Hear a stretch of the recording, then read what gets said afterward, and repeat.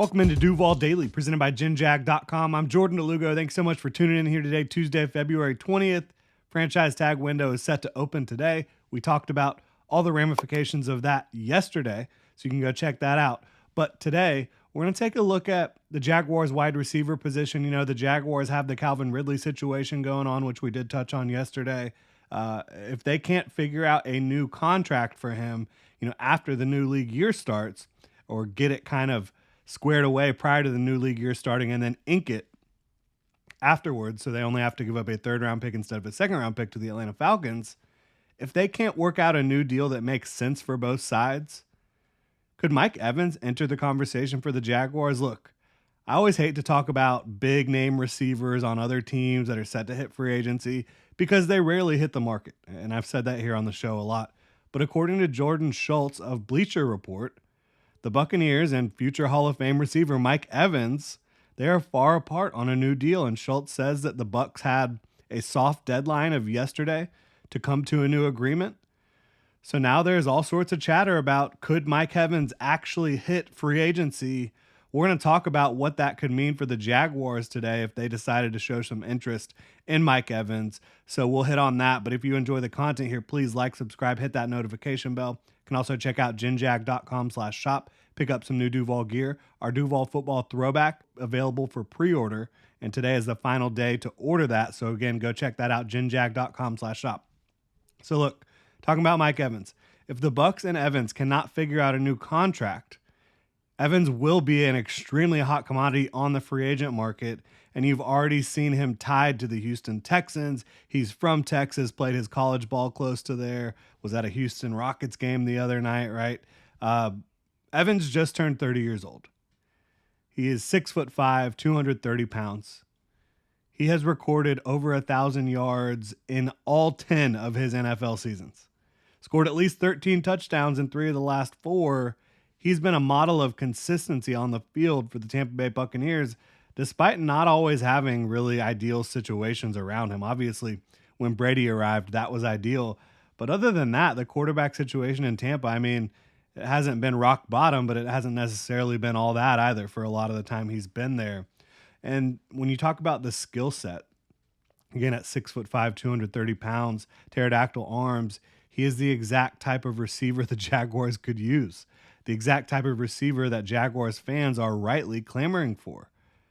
On his career, he has caught 55.5% of his contested catch opportunities. The Jaguars do not have a receiver that does well in contested catch situations.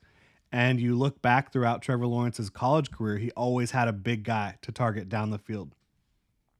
I think Mike Evans is the exact type of monster receiver that Trevor Lawrence needs, that this offense needs.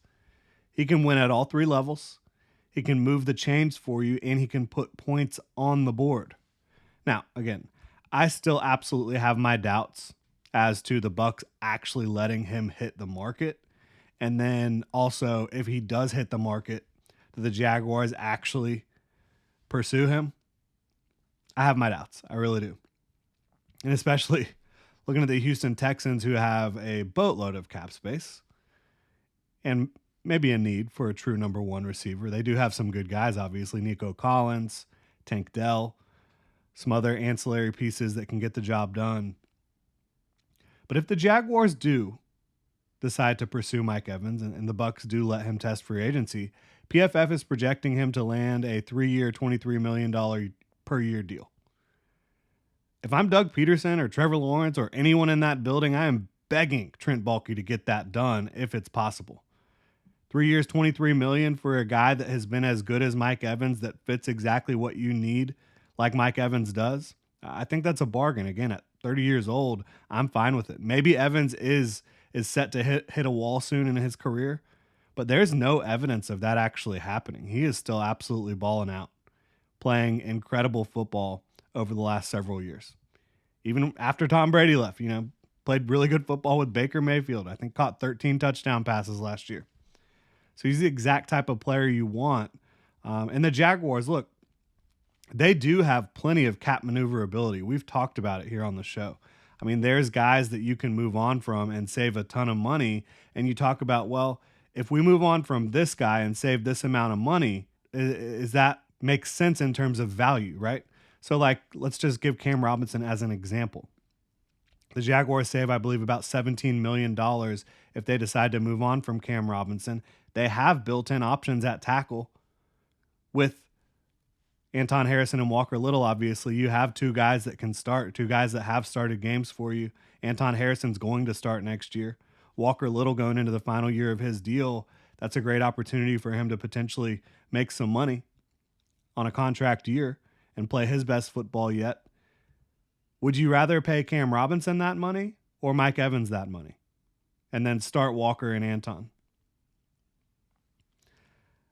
I'll tell you right now, I love Cam Robinson. I'd be all over that Mike Evans deal. I'd be all over it. When you are in a Super Bowl window, calculated swings like this are important, in my opinion. You give yourself a chance at the best possible outcome.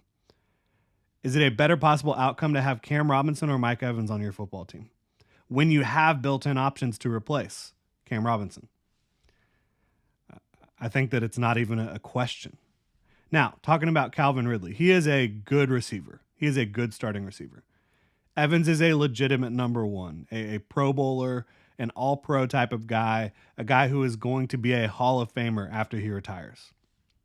And look, he's only 1 year older than Calvin Ridley. I know Ridley hasn't been in the league as long, but Ridley is 29 years old. He's going to turn 30 this year. Mike Evans is 30 years old right now. Obviously, you do have more leverage in the Calvin Ridley situation, right? He is currently on your team. You can get negotiations started, all that fun stuff.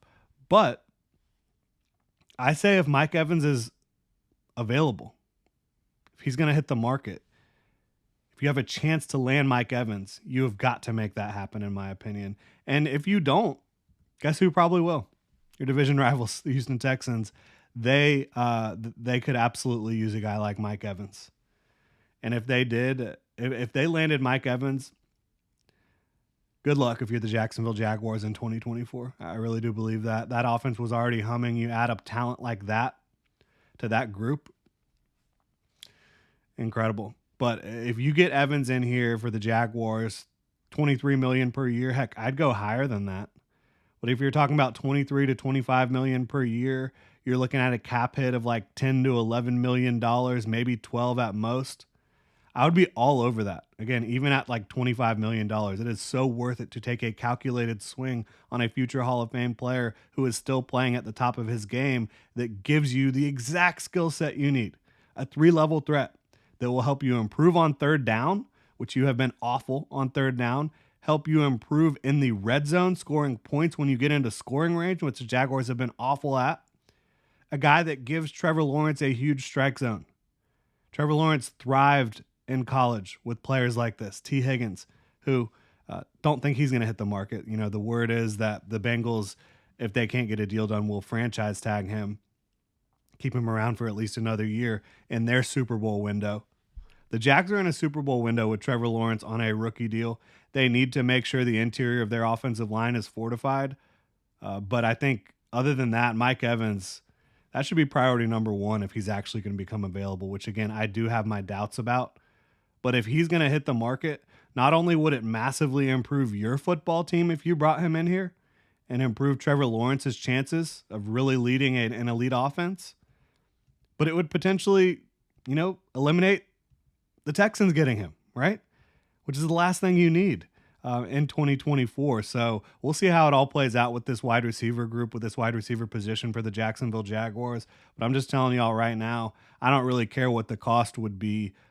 Mike Evans would absolutely change the trajectory of this offense. So I really appreciate y'all tuning in. If you enjoy the content, please like, subscribe, hit that notification bell. You can also check out ginjag.com/shop again. Final day to pre-order our Duval football throwback, ginjag.com/shop. Really appreciate y'all. Have a good one.